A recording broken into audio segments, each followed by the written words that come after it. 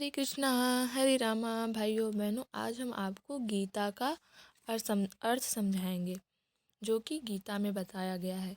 गीता ज्ञान का अथाह समुद्र है। इसके अंदर ज्ञान का अनंत भंडार भरा पड़ा है।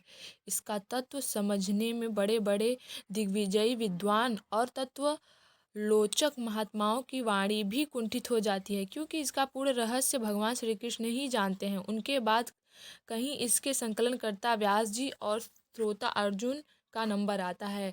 ऐसी अगाध रहस्यमयी गीता का आशय महत्व समझना मेरे जैसे मनुष्य के लिए ठीक वैसा ही है जैसा एक साधारण पक्षी का अनंत आकाश का पता लगाने के लिए प्रयत्न करना।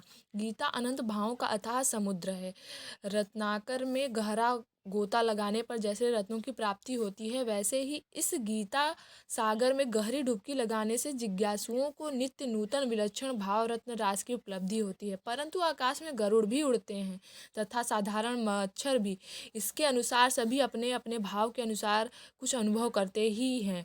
अतएव विचार करने पर प्रतीत होता है कि गीता का मुख्य तात्पर्य अनादिकाल से अज्ञान व संसार समुद्र में पड़े हुए जीव को परमात्मा की प्राप्ति करवा देने में है, और उसके लिए गीता में ऐसे उपाय बतलाए गए हैं जिससे मनुष्य अपने सांसारिक कर्तव्य कर्मों का भली भांति आचरण करता हुआ ही परमात्मा को प्राप्त कर सकता है। व्यवहार में परमात्मार्थ प्रयोग की यह अद्भुत कला गीता में बतलाई गई है, और अधिकारी भेद से परमात्मा की प्राप्ति के लिए इस प्रकार की दो निष्ठाओं का प्रतिपादन किया गया है। वे दो निष्ठाएं ज्ञान निष्ठा यानी सांख्य योग और योग निष्ठा यानी कर्म योग।